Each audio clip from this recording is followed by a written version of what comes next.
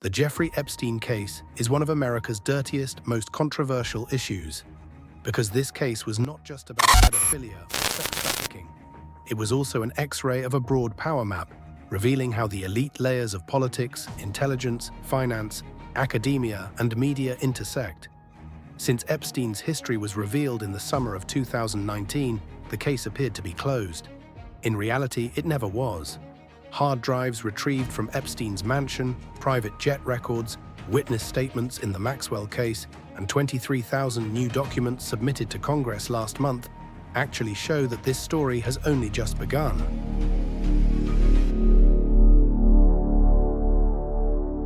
As I mentioned, the Epstein case is back in the spotlight today.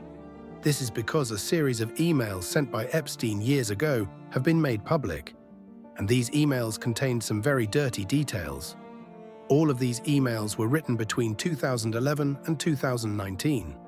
Before moving on to today's emails, I need to explain why Trump's name is mentioned in such a sordid file. Without knowing this part, the new emails will be a bit meaningless. Trump and Epstein's acquaintance dates back to the 1990s New York society. Both of them were in Palm Beach, and at those society parties of the business world, they were constantly photographed together. The photos you see in the video, which are still circulating today, are from that period. In the past, Trump said of Epstein, "He likes beautiful women, but he prefers them young." However, in the early 2000s, the pair fell out. Trump, who said Epstein behaved strangely towards some of his employees, claims to have subsequently kicked him out of his clubs. And officially, Donald Trump has never faced any charges related to the Epstein case. But this is also a fact. For many years, Epstein's circle was filled with the US elite, from Bill Clinton to Ehud Barak, from Harvard professors to Wall Street billionaires. Even without an official charge, this closeness to Epstein in such a sordid case never left Trump alone. Democrats continued to dig into the matter, and this is precisely where these newly released emails come into play. This is where the real shock begins. The statement in Epstein's first email to Maxwell in 2011 reads as follows: "Yes, this sentence is not legally evidence. It is only Epstein's own statement, but politically it's quite heavy, because Epstein's claim that Trump spent hours in the same environment as a victim reignites this debate that has been going on for years. The dog that doesn't bark analogy implies that Epstein knew things about Trump but was reluctant to say them." The second email is dated 2019. Here, Epstein uses the following expression while discussing Maxwell. As soon as this email was published, the White House press secretary immediately issued a statement. They said it was a manipulation intended to harm Trump. There are more emails, but the most striking statement is this: "Yes, these are still all Epstein's own statements, associated with all these dirty crimes, so they have no legal basis or substance." But Trump doesn't seem very happy or comfortable about this issue.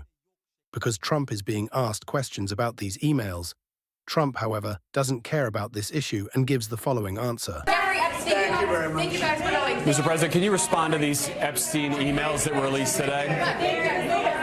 Well done, This response is a signal of avoidance, especially in terms of political communication in a place like America. Because we have witnessed many times here that Trump speaks about any topic without hesitation.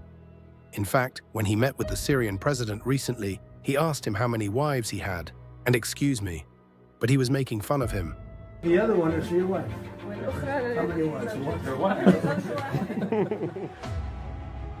The Epstein case has been open for years, and I don't think it should be closed. The incident has now turned into a battleground where ordinary people are trying to change things with the power of the elite. The names involved are very big, and the allegations are truly disgusting. Democrats want all 23,000 documents to be released. Republicans, on the other hand, think this is a political operation, and this issue continues to cast a shadow over American politics.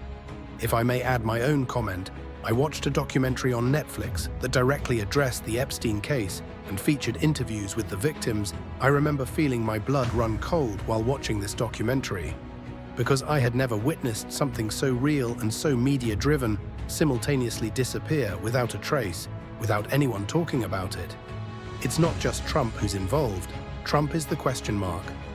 There are many more names. For example, let's look at these emails Epstein sent to Tom Barak, the US Special Representative to Syria. Send me pictures of you and your child and make me smile. And the disclosure of these emails or these documents will indirectly reshape American politics and world politics. Can we say Trump is in trouble? I'll leave that question to you. Thank you for listening. Don't forget to subscribe and check out the videos on my channel. Take care. Goodbye.